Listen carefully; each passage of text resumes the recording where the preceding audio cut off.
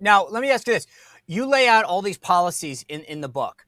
Uh, Yeah. did you run them by President Trump, or are you just, because of your relationship with him, because of your longevity in the White House, you kind of knew this is where he was, where he Yeah. was, or are you recommending them to him? Where does this fall in terms of Trump's head? So the process, if I can coin a term from the Philadelphia 76ers, the process was pretty simple. Um, the speeches, right? The website has both policy positions, but it's also got a lot of videos, plus the experience working in the White House and the knowledge of what he left unfinished in the first term. So that's the compilation. And that's where the 100 actions in 100 days. And the way that works, Sean, it's like, for people who don't know how the White House works and where power comes from, sure, there will be legislation passed that Trump will sign that he will propose and Congress will dispose. But most of the things that a president does is done through executive order and presidential memorandum. So if Trump wins on November 5th, starting on November 6th, there'll be 100 executive orders written to promote the Trump agenda and 50 more to undo the executive orders Biden wrote. And they'll go through the process, which will include a element at the Department of Justice that's set off from the Biden-Harris regime, and he'll hit the ground running. And so we know. But did you talk to him? I mean, has he No, seen? no. We don't. I never talk about whether I talk to what I talk about with the president. No, this is based on the process. It's website, speeches, policy positions, prior knowledge from the administration, and leveraging that knowledge from the people who contributed. The Rust vote. And has he seen the book since, though, since it's been published? Yeah, of course. Yeah, he's got. I mean, Well, I say that because if you look at the back of it, he talks about uh, things, and I mean, there's. I would venture to say there's nothing in there that's inconsistent with his website and the policies that he's going to move forward. okay, which is very different from Project 2025, for example, which is that's why I want. Yeah. I'm glad you went there. yeah, because I was on a religious show the other day, and he came up with this beautiful scripture how you have to know what the real thing is in order to know what the counterfeit is, right? And the real thing is the new Maga Deal. And there's a funny story with the Project 2025 thing where they come to me and it's like, hey, write the chapter, the chapter on Trump trade policy. I go, fine. And then what they wind up doing is they bring in some free market, free trade guy to write a chapter as well. And so that's the struggle that the Heritage Foundation continues to have. They put a guy at the top. I'll just give you the inside baseball. They put a guy at the top to run the thing. He's trying to make changes and be reflective of Trump policy. He's trying to move Heritage. But the reality, Sean, is Heritage can't bite the hand that feeds them. And the hand that feeds them are the woke globalist corporations who love to offshore jobs, open up our border, and they hate Donald Trump. So it's a Trojan horse. Project 2025 is a Trojan horse for the rhinos. And plus it's got some really extreme stuff in it as well. So President Trump has disavowed it. From the beginning, I've said that both the Heritage and the America First Policy Institute are corrupted by rhino infiltration. And there it is. How many? I mean, what forces it? Trump gets into a second term. How concerned are you about the forces within government trying to stop him from implementing this agenda based on what they saw last time and what he tried to get through? That's Sean. That's the eternal battle. But I think that the experience in the first administration equips him well to make sure he has the right personnel at the top.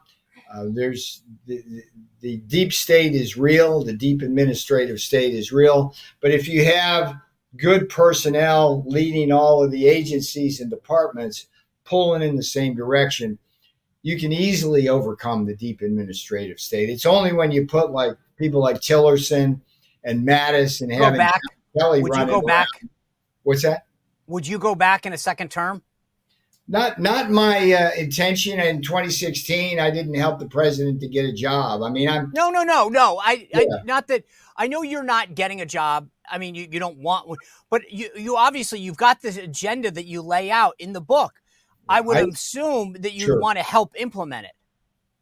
I don't even think about that. I think those thoughts are dangerous for a lot of reasons. I think that Okay, but let's just let pretend. me finish the thought. Me as a single individual at the margin wouldn't make the kind of difference we need. What we need is over 1,000 people in there who are pulling in the same direction. So that's more of my concern, and that's what I'm focused on. It's personnel is policy. That's Nixon.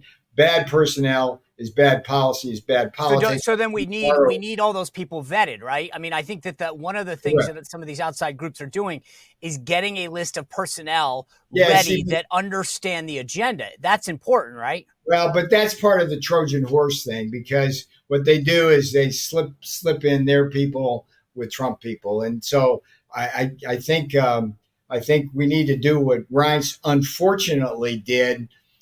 When he came in, I love Reince. He saw the light eventually, but when he came in, he was not our friend. Okay. And what he did, and I remember this clearly, is like we had spent a lot of time, Martin Silverstein was leading that effort, vetting possible Trump appointees. And we had a really good, solid list. First thing Reince did from the RNC was throw it in the trash and then bring in a lot of his people. And that's when chaos got ensued. So the Trump campaign does not need any personnel files from the Heritage Foundation or from the America First Policy Institute, full stop. Okay. It's just, they don't need those. Okay. Right, well, and it's easy enough to, we know, I mean, look, for example, in the new Maga Deal, okay, think about this. There's at least 10 chapters there written by people who were in the administration or who are Trump friendly. We know Rick Grenell is going to play a key role somewhere. Right. We know that. We know that Russ Vought will be back. I mean, I love Russ Vought. He's like, he was the head OMB after the failed experiment of Mick Mulvaney. Look, Dave Bernhardt writes a chapter. Who's he? He was the Department of Interior Secretary. I mean, he's great. I would imagine he would be back. Okay, there's other people out there, Holman and Mark Morgan and things like that. So there's people out there. It's just a question of winning the election first. Okay. And the only reason to talk about who might be in the administration is if it provides the appropriate signals to the American people that we'll be able to do, as the Trump will be able to do as an administration, what needs to be done, right? I imagine Kevin Hassett will be back on the economy. Oh, yeah, he's great. Tyler Goodspeed will be back on the economy. And so it goes. And there's going to be people who won't be back, full stop. Peter, before I let you go, I got to ask you one question that you write about in the book, because this is important, I think, for people to understand. You write that the Department of Justice itself, for more than 50 years, has maintained a policy that senior White House advisors and, quote, alter egos of the president, as we are called, absolutely cannot be compelled to testify before Congress. The DOJ has maintained this policy across several administrations. If I win, the constitutional separation of powers, this is you talking about your case, will be preserved. And if America wins, if I lose going forward in time, partisan Congresses will forever shower the White House with subpoenas, harass political opponents, and hamstring the election. One, I didn't realize the historical perspective that you write about in the book.